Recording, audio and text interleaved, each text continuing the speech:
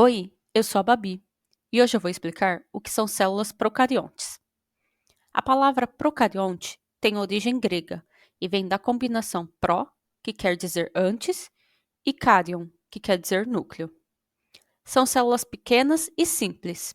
A principal característica da célula procarionte é a ausência de núcleo, que separa o DNA do restante do conteúdo celular.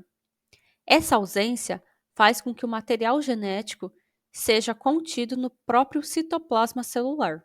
Podemos encontrar as seguintes estruturas e organelas nessas células: a parede celular, que é a cobertura externa que protege a célula e dá a sua forma; a cápsula, que é a cobertura externa adicional e impede que a célula desidrate e favorece a adesão às superfícies; a membrana celular, que é responsável por envolver o citoplasma e regular o fluxo de entrada e saída de substâncias da célula; o citoplasma, que o seu papel é dar estrutura à célula e é onde ficam todos os componentes intracelulares; o plasmídio, que são moléculas de DNA circular independentes do cromossomo; o flagelo e os cílios auxiliam na locomoção da célula; os ribossomos, que são estruturas celulares responsáveis pela produção de proteínas; e o nucleoide, que é a área do citoplasma que contém a molécula de DNA.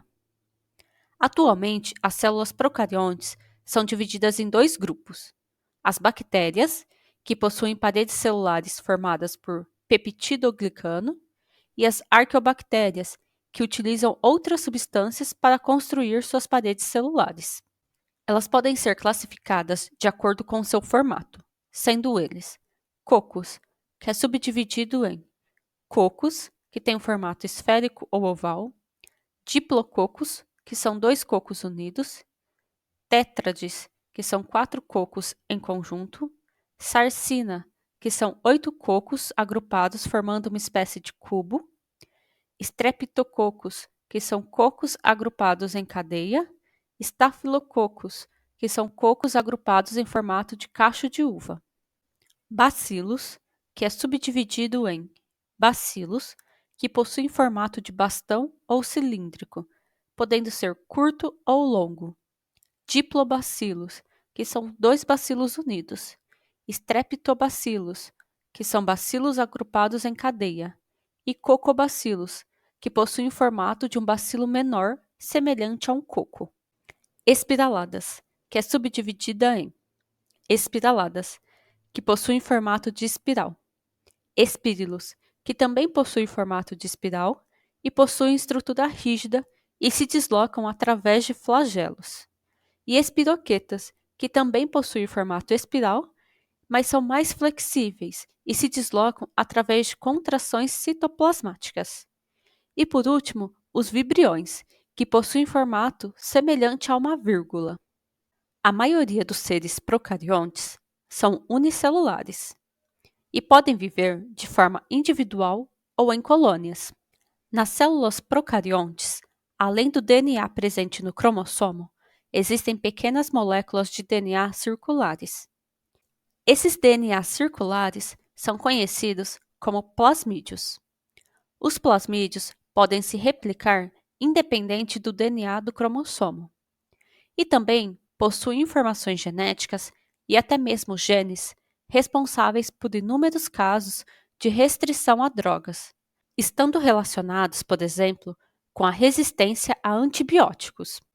O metabolismo dos procariontes é bem diversificado, o que faz com que eles possam colonizar diferentes ambientes, como o trato digestivo de animais, ambientes vulcânicos, ambientes salobros, entre outros.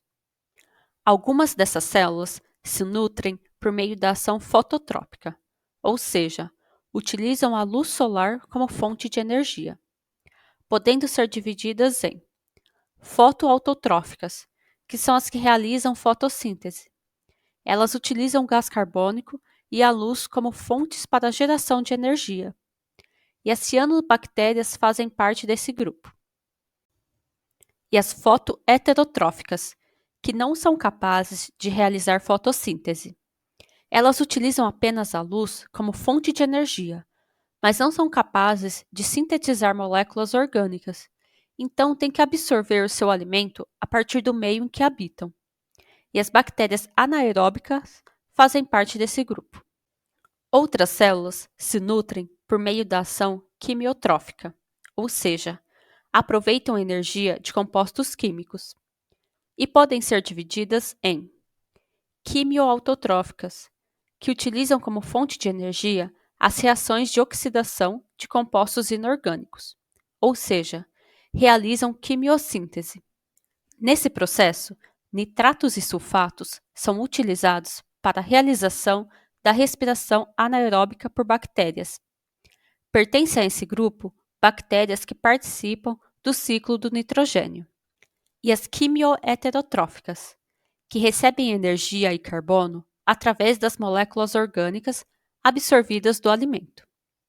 Nesse grupo estão as bactérias saprofágicas, que atuam como decompositoras de matéria orgânica morta, e as bactérias parasitas, que provocam doenças. Essas células se reproduzem de maneira assexuada, ou seja, não há presença de gametas. No caso dos procariontes, eles se reproduzem por fissão binária, também conhecido como bipartição ou cisparidade, que é quando o organismo se parte ao meio, formando dois indivíduos geneticamente iguais. E esse processo não envolve a mitose. Os procariontes se reproduzem muito rápido quando comparados aos eucariontes. Por exemplo, as bactérias E. coli, que vivem no nosso intestino e são muito utilizadas em pesquisas de laboratório, podem produzir uma nova geração a cada 17 minutos. E as Mycobacterium tuberculosis demora mais de 12 horas para produzir uma nova geração. E agora, uma curiosidade. Lembra que eu falei que os seres procariontes geralmente são unicelulares? Então, o único ser procarionte que não é unicelular documentado até agora é o Magnetoglobus multicelulares. Esse micro-organismo foi encontrado em 1982 na Lagoa do Araruama, no Rio de Janeiro.